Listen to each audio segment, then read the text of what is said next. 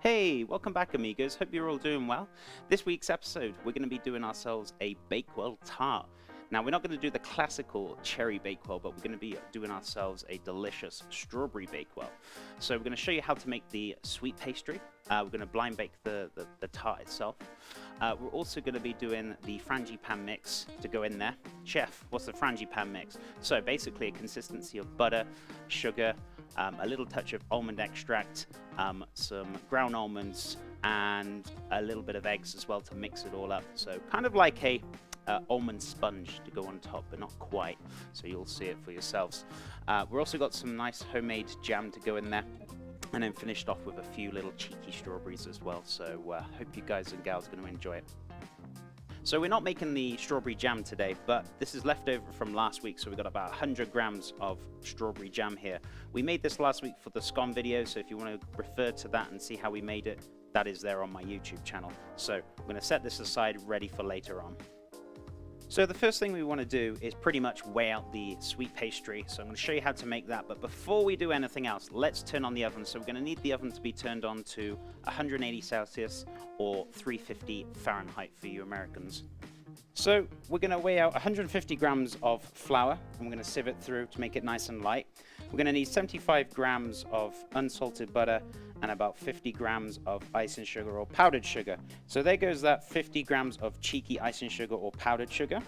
And also not forgetting that butter as well. We're going to cut down the butter, and this butter doesn't need to be soft. Harder the better, because obviously if it's nice and soft, you're not going to be able to incorporate it into the flour. So make sure the butter is nice and hard from the fridge, and we want about 75 grams of unsalted butter. So we got the powdered sugar, the flour, and the unsalted butter. Now the reason why we wanted the butter hard and not soft is because we can incorporate it easy into the flour, and then when we add the egg, it will bind together. And also, when we come to roll it, we don't need to let the dough rest. We can just roll it straight away. So simple and straightforward. So what we're going to do is get our hands in there and basically using our thumb and index finger just to kind of crush down those butter cubes. And then we want to do this for about a couple of minutes, just until the butter is incorporated into the flour and that sugar. Now if you decide to cream the butter, obviously you can do it this way, but you'd have to let the dough rest. The great thing with my recipe here, by rubbing it in and incorporating it into the flour with the butter, you don't need to let it rest. You can roll it straight away, so it saves you a lot of time. So once all those lumps of the butter have been incorporated, you can actually start sifting it through your hands and changing the method now. So just still making sure that all those little lumps are still incorporated, but making sure we now actually sift it through our hands, making sure that's fully incorporated into the flour before we start adding the egg. Okay, so that's all incorporated fantastically. Oh, not forgetting 2 pinches of salt as well. If you use salted butter, the only bad side with that is you can't take the salt out of it, whereas I'm using unsalted, so you can add salt to it so you have more control over it. So 2 pinches of salt, of natural sea salt. You don't need a lot. Let's break down those beautiful flakes. Fantastic, or if you want a little cheeky salt bay, go for it. So we're going to use 1 egg yolk. Now I'm going to use my hands rather than the shell. The reason for it is because the shell usually pierces the yolk and is more likely going to pierce, whereas your hands, you've got more control over it. So 1 egg yolk going into the mix. And also making sure you keep your egg whites. We can use these at a later date for another cheeky dessert or something like that. So now what we want to do is incorporate this. Now if it doesn't bind together, you can always add a little touch of milk just to help bind it together. So if it's a little touch dry, don't panic. You can use a little bit of milk and it'll help incorporate and get a nice consistency for that dough. So give that egg yolk a nice little mix until it's nicely bound together. So this is a little bit on the dry side, so what we're going to do is actually start adding a little touch of milk. Don't go crazy with it, just add little by little until you get the right consistency for your sweet paste. So as I said before, you're probably not going to need a lot of milk, so we're just going to add a little touch to begin with. And I'm going to give it a mix. And then just keep adding more milk if you need to, but I think this should be enough. Just be patient with it, don't add loads, otherwise you're going to end up with a sloppy mix. Fantastic, that was more than enough, so we didn't actually need any more. So we're just going to give this a quick little cheeky knead, only for like a couple of seconds, just to help bind it together, get all the bits off. And what we're going to do, we're just going to have a little bit of a cheeky rest while we butter and flour our tin. So there you go, amigos. There's our beautiful sweet pastry, ready to rock and roll. So we're going to set this aside while we butter and flour our cheeky tart tin. So we got ourselves a 23 centimeter or a 9-inch tin to use for our tarts. So we're going to butter this up and we're going to add a little touch of flour. I prefer the old school way of doing this, but making sure you get the excess flour out. So what we're going to do is just make sure we butter it really well. Making sure you get into those little nooks and crannies, making sure it's all nicely buttered and nothing is missing. So we want a little dust in the flour to go over the top. You don't want to go too crazy. So, and what you want to make sure is just make sure it's all evenly spread around the tin, all the way around the edges, and then just give it a very gentle tap, and there we go. Perfect. So, haven't got too much flour in there. There's enough butter in there, so that's not going to stick to the tin. And look at the mess. Well, that's good because we're actually going to start rolling out that sweet pastry. So while we got the flour on there, we can kill two birds with one stone and actually roll out the beautiful sweet pastry. So I'm just going to add a little touch more. And what we're going to do is grab a rolling pin and roll this out really nicely. So you don't want to put too much pressure on there. You just want to turn, roll it, and just keep repeating the same process. Turn, roll, and I'm not rolling all the way to the outside, just rolling in the middle so it will stay nice and circular. Now if it starts to stick, you can add a little touch more flour, but when it comes to pastry you've got to be super patient and also be very careful with it. It'll require a bit of love and attention, so please make sure you take your time with this. So you want to make sure you roll it out just bigger than the actual tart tin itself, so you want to have a bit of overhang so when you can tuck the pastry into the tart. So just make sure you do it over the amount of tin that you want. Perfect, we've got the right thickness now, and also we've got the nice really thin pastry as well. If you like to have it a bit thicker, you can always roll it a little bit less, but I like to have my pastry crisp, thin and perfection. So we're going to roll this up very gently. Careful you don't push down on the pastry. And making sure you hold the inside of the wheel, not the handles, otherwise it's going to fly off. So making sure you hold the inside and then just very gently flop it over the tin. Now be very careful, pick up the edges, and then you can start pushing in very gently to the air pockets on the inside. So being super careful, turning it and making sure you're pushing it in gently, little by little. So what we're going to do is just very carefully trim off the pastry now around the fluted edge. So just want to be very careful, just following the knife round and it'll come straight off. So now you've taken the pastry off, just go back round, just kind of pushing in on the fluted edges, making sure that pastry is in very nicely. And there we go, guys. That beautiful tart is ready to rock and roll. So now there's two ways of doing this. You can either do it the classical way with the bacon beans and the parchment paper, or you can give it a try and try my way of doing it, which we're going to poke holes in it. We're also going to get some egg wash ready, put it into the oven. It won't rise. If it does rise a little bit, just pop it down a little bit with your fingers. And then once it's colorless and starting to set the pastry, we'll egg wash it and seal up all those beautiful holes, and it'll give it a nice, fantastic glaze to finish it off. So up to you which way you want to do it, but I'm going to do it my way. I'm going to show you now. So what we want to do is just carefully poke with a fork a few holes, just giving it plenty of space in between, and this will actually stop it from rising. If it rises a little touch, you can always push it down, so it's not a problem. But I always love this way because it always gives a nice beautiful glaze afterwards. And also poke a few little holes on the outside as well. As you can see, I'm going around, so you don't need to go too crazy with it, but just to making sure it doesn't rise too much. Now the second most important thing, we're actually going to pop this in the freezer for just under 5 minutes, just to help it firm up really nicely before it goes into the oven. And while we're waiting, we can get that one egg wash ready for the tart. So while that's setting in the freezer, we can whip this up. So give it a little cheeky beat, just to want to incorporate it, nothing too fancy. Almost reminds me of Mum making scrambled eggs in the morning. Delicious. So that has firmed up a nice little treat. That's going to go straight into the oven now for about 5 to 10 minutes. And obviously keep an eye on it. If it starts to rise a little bit, just carefully take it out, push it down and back in again. But we want to cook it without any color, and then we're going to egg wash it and then back in for a further couple of minutes. And there it is, cooking without color. Absolutely beautiful. So we're going to egg wash it now. Wash me a little cloth. So get our egg wash. I'm just going to give that a nice little seal up where all those holes are. So you might need to do this once or twice, just to give it maybe another 2 layers. But once it's all nicely sealed, it'll be ready and to rock and roll. And there we go, fantastic. Also, if you notice a little bit of colouring on there, make sure you turn your oven down just a little touch. If you've got a fan assisted, maybe do it on 320 Fahrenheit or 160 Celsius. It's always handy. Fantastic, that's looking great. So watch your fingers. Ooh, hot.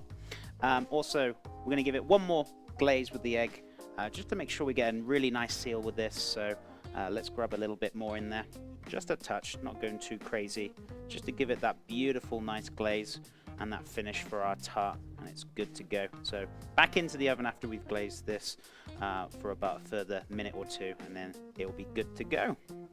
And there it is, that beautiful glazed tart, looking absolutely fantastic. All those holes filled. Great. So next step we're going to do is actually start doing the frangipane mix while we let this cool down. So for our frangipane mix, we're going to need 200 grams of softened unsalted butter. So let's get that into the KitchenAid now, without making too much of a mess. And what we're going to do is put this onto a low speed, just to kind of help soften up that beautiful butter. So the next thing we want to do is add 200 grams of sugar. So we're going to cream the sugar with the butter. So I'm going to pop that straight in there as well. And we're just going to give that a couple of minutes just to help cream together until it's nice, smooth and pale. So once the butter and sugar is creamed together, we're going to add 2 eggs. So we're going to add 1 egg at a time, little by little, wait until it's incorporated, and don't panic. If it looks like it's going to split or it already has split, don't panic. When we add the ground almonds, it will all bind together very nicely. So we're going to add 2 eggs, 1 at a time now. And carefully don't get that cheeky shell in there. Make sure if you want to find it easier, you can always crack open the eggs separately into a bowl and then just add little by little. So you can do it that way. Also, if you need a cheeky scrape down halfway through, just to make sure we get all that butter in there, then just lift it up, scrape it down, and then just commence the creaming straight after. In goes the second egg. So, if your mix is looking like a scrambled egg consistency, don't panic, don't worry, this is how it's supposed to be for frangipane. So, when we add the almonds, it'll all smooth out very nicely. So, the next thing we're going to start adding is the salt. We're also going to add an almond extract and a little touch of vanilla to this before the almonds. So, a little cheeky bit of salt. Just 1 pinch will be fine. We also want 1 teaspoon of almond extract and also 1 teaspoon of vanilla extract. So now 200 grams of ground almonds is going in, or ground almond flour, whichever you've got. And there it is, that beautiful frangipane mix, nice and smooth, looking fantastic. So that's ready to go for the tart. So the tart's cooled down, so first thing before we add the frangipane is to add the jam. So we get a nice little thin layer of jam right on the bottom of that beautiful tart. So once that's leveled off to the best as you can, what we're going to do is add the frangipane mix next. So on top, in goes the frangipane. And what we're going to do is just very carefully spread it around without having to disturb that beautiful jam on the bottom. So if you've got a spatula, you could either use one of those, a silicone spatula, or even like a little cranked spatula as well.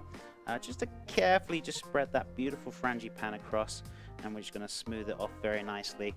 Make sure you get every last little bit out of the bowl, and we can get this filled very nicely. So after a couple of minutes of scraping and smoothing off, you should be ending up with something that resembles this. fantastic. So just a bit of patience. Now to finish it off, a lot of people like to use flaked almonds. I'm actually going to use half the strawberries going around. We're just going to pop them in just to give it a nice little finishing touch for that Bakewell. So you want to wash 8 to 6 strawberries depending on the size. And what we're going to do is just take the tops off and then cut them in half, and then just very carefully just push them down just a little bit, not too much, into the Bakewell Tart. Fantastic. And obviously bearing in mind that the frangipane will actually rise, so it should level out very nicely. And there we go. There's our beautiful frangipane, or shall I say strawberry Bakewell Tart, ready to go into the oven. So this is going to take about 20 to 30 minutes, depending on your oven. We've got fan assisted, and also it's at 320 Celsius. Fahrenheit, guys. 320 Fahrenheit and 160 Celsius for the oven temperature. So 20 to 30 minutes. I'm going to show you how to check it when it gets to the time. So in goes that little cheeky bad boy. So 20 to 30 minutes, as I said before. And have a cup of tea or coffee while it's cooking, and have a relax. So while the Bakewell Tart is cooking, we're going to make the icing sugar to go on top. So we want 100 grams of icing sugar or powdered sugar. So we want about half a teaspoon of almond extract, and also half a teaspoon of vanilla extract. So we're going to need about a couple of tablespoons of water in here. Don't go too crazy. Add little by little.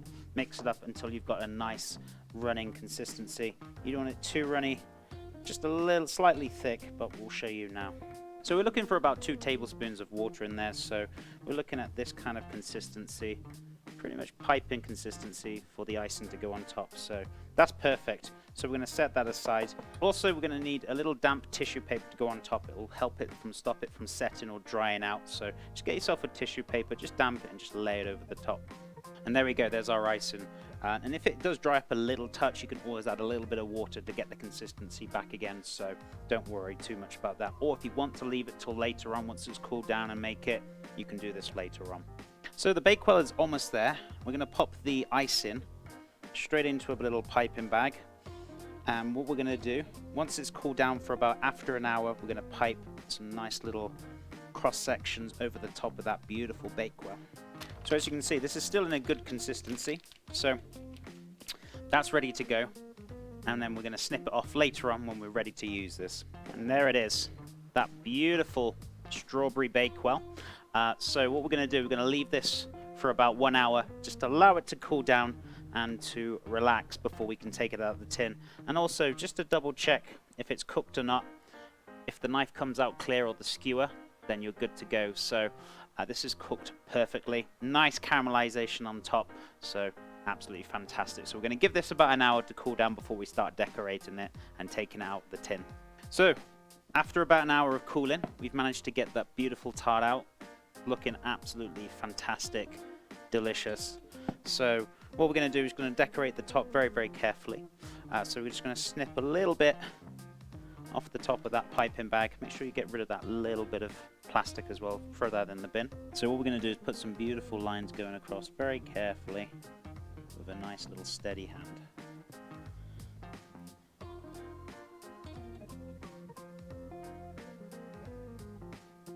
And then just a little touch of icing sugar just to finish it off very nicely.